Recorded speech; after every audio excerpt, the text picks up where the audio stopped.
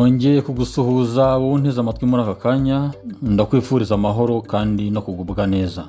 Nguhaye ikaze rero kandi ngira ngo tuganire twungurane ibitekerezo nk'uko bisanzwe, turebe icyo tuganira mu buryo butuma turushaho kugira byinshi twunguka bigendanye n'ubuzima tubamo buri munsi.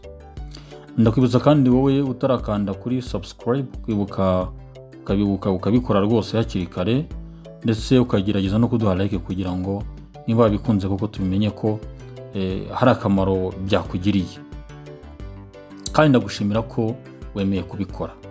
Uyu munsi rero nk'uko dusanzwe tugira uburyo tugira ikintu tuganiraho, twifuza ko tuganira ku kintu cyitwa ubumenyi n'ubwenge.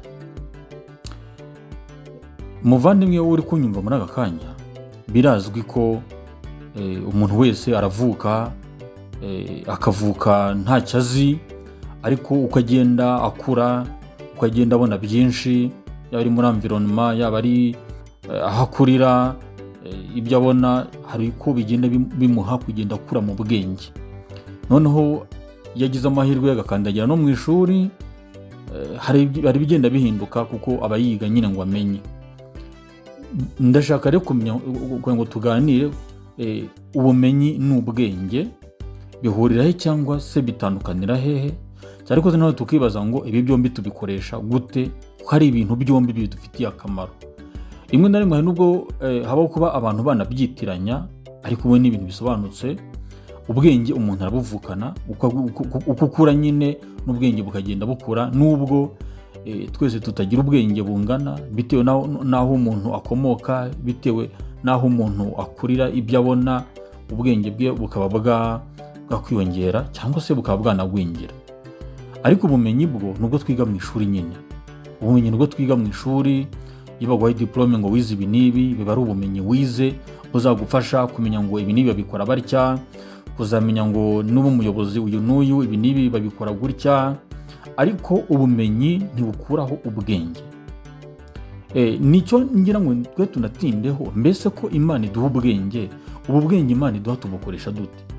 Hari naho rero bigera ugasanga umuntu kumva ko ngo yize amashuri menshi, hari uko ashobora kubikubitisha abandi, akumva yuko hari afite uko ari hejuru y'abandi, nubwo wenda yaba basumije ubwo bumenyi. Ariko burya wakwibaza ngo mbese uko afite ubwo bumenyi, ahari ubwenge bwe bwo nabwo bwarakuze ku rwego bubasha kumufasha kuko kumenya uko yakwitwara. Hari aho bigera ukibaza niba umuntu ubwenge Imana yamuhaye abukoresha icyo akwiriye kubukoresha. Hari ubwo rero tujya dutwarwa dutekereza mu buryo bukwiriye, tukibeshya hari yuko ubumenyi bushobora gusimbura ubwenge, cyangwa hari ukuntu buruta ubwenge. Ushobora kwiga ukaminuza, ukiga amashuri ya hehe, ukagerekeranya amashuri n'ayandi, ariko ibyo byose iyo bifite ariko udafite ubwenge, bishobora kugugusha mu mutego cyangwa ntibigire n'icyo bikumarira. Ubwenge budufasha kumenya kubana neza. Ubwenge bukagufasha kumenya uko witwara, uko wubaha abandi, bukaguha kumenya ko niba uri umuntu n'undi ari umuntu, bikaguha kumenya ko abantu bose ari abantu kimwe, bukaguha kumenya ibyiza n'ibipfuye. Ubumenyi ntabwo aribwo buzagufasha kumenya ibizima n'ibipfuye, ahubwo ubwenge dufite nibwo buguha kumenya ngo nditwara uku, ibi si byo, ibi ni byo. Rero hari nubwo umuntu ubona yarize amashuri menshi akayagerekeranya, ariko wabihuza n'uko yitwara, n'ibyo akora cyangwa se n'ibyo avuga, ukibaza niba ubwo bumenyi bwaraje bugasimbura ubwenge. Ariko nshuti zanjye, ndagira ngo iki kintu tucyumve kandi tugerageze kugisesengura mu buryo bwimbitse. Hari ibintu tuba tuzi, ariko iyo tudafashe umwanya ngo twongere tubisesengure, ngo tubyibazeho, kongera kubitekerezaho nanone, ukibaza ngo ubwenge ko buhari. Ese ibi bintu nkora ko mfite ubwenge mbukoresha icyo ngomba kubukoresha? Ubumenyi se ko buhari, ko mbukoresha muri ibi niba wenda kugira ngo mbone ibyo ndya, ibintunga, ubwenge bwo nabukoresha gute bihuye n'ubu bumenyi mfite, kugira ngo nyine ibintu birushaho kuba byiza. Ubundi twagombye gukora ibintu duharanira ko hari intambwe iterwa ijya imbere, ahubwo ngo dukore tugana inyuma. Ubwenge rero kubuhuza n'ubumenyi, wagira amahirwe Imana ikaba yaraguhaye warungutse ubumenyi bwinshi, kubihuza n'ubwenge Imana yaguhaye, ubundi byakaba ari ibintu bigufasha ariko bigafasha n'abandi. Hari ubwo usanga ari umuntu yaba yarize amashuri menshi koko yararonse ubwo bumenyi bwinshi, ariko ukibaza niba ubwo bumenyi butaraje gusimbura ubwenge.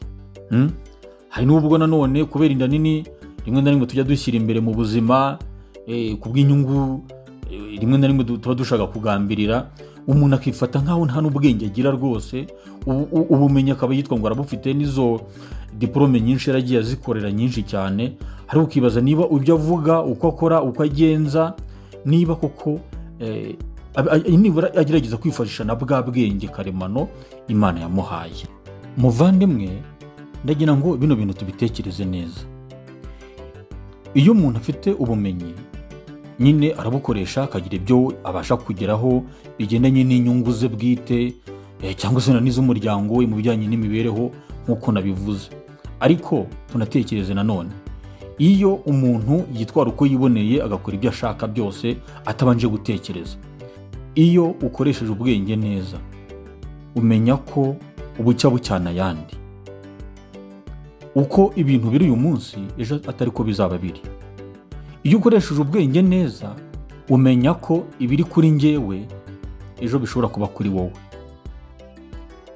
Iyo ukoresheje ubwenge neza uzirikana ko niba uri umukire ejo bishobora guhinduka bwa bukire wabonaga bukagenda, cyangwa se bwa bukene ufite uyu munsi burya n'ejo bushobora nawe bwa bukire nawe bushobora gukwitirirwa nawe ukaba umukire.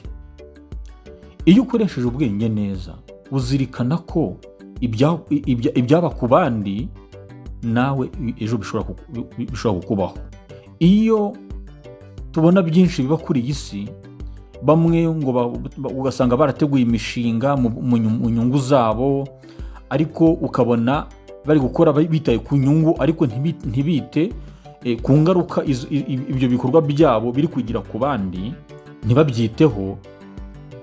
Ariko kubera ko navuze yuko iyo umuntu atakoresheje ubwenge atanibuka yuko bucya bucyana ayandi, haba ubwo bya bikorwa bya muntu uko agenda bikora uko kuntu bigenda bitera ingaruka, ariko we atigeze abasha kubonesha bwa bwenge, atigeze ashaka no gukoresha kandi mu by'ukuri wenda nabufite, kubera ko yashatse guharanira inyungu ze gusa, bya bikorwa bye bikazamubyarira ingaruka atigeze ashaka kwitaho no gukurikirana.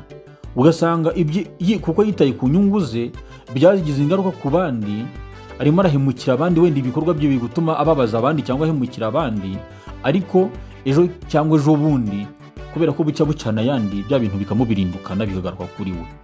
Nyamara iyo yaza kuba yaragize umwanya wo gukoresha na bwa bwenge karemano, yari no kugira n'uwo mutima wo kuvuga ngo ese ibi bintu nubwo biri kunzanira inyungu nta kibi biri kugira ku wundi, nta ngaruka biri kugira ku bandi, ese niba hari n'igihe babibona ariko bakanabyirengagiza, ese izi ngaruka biri kugira ku bandi njyewe ejo kuri njyewe bizagenda bite?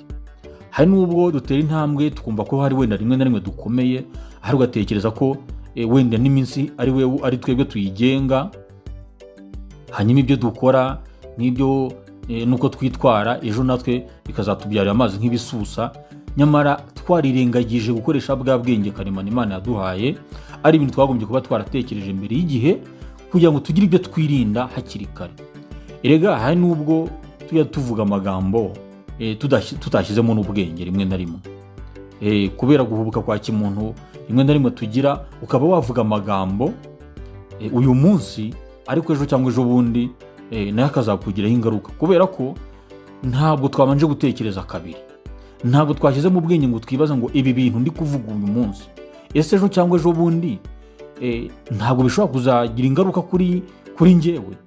Kandi wenda ubivuze uzi ko uri kubivugira inyungu zawe runaka, kandi uzi ko ari ibintu bishobora kugira ingaruka ku bandi uyu munsi, ariko bya bindi wavuze nawe ejo cyangwa ejo bundi bikakubirindukana bikagaruka kuri wowe, kubera ko wirengagije gukoresha ubwenge ngo ubanze utekereze kabiri.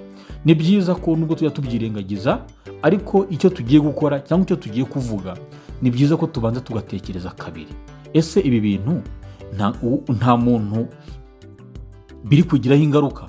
waba unabizi ko biri kugiraho ingaruka ku muntu, ariko ugatekereza ko niba uyu munsi ari kanaka, ariko ejo cyangwa ejo bundi ashobora kuzaba wowe. Mu gusoza rero nasoza ngira nti tujye tugerageza gutekereza kabiri. Dufite ubumenyi, nibyo Imana yarabuduhaye, twarize, n'abandi bariga, n'abandi bazakomeza bige. Kunguka ubumenyi ni byiza kuko bidufasha mu mibereho ya buri munsi, ariko ubumenyi ntibushobora gusimbura ubwenge.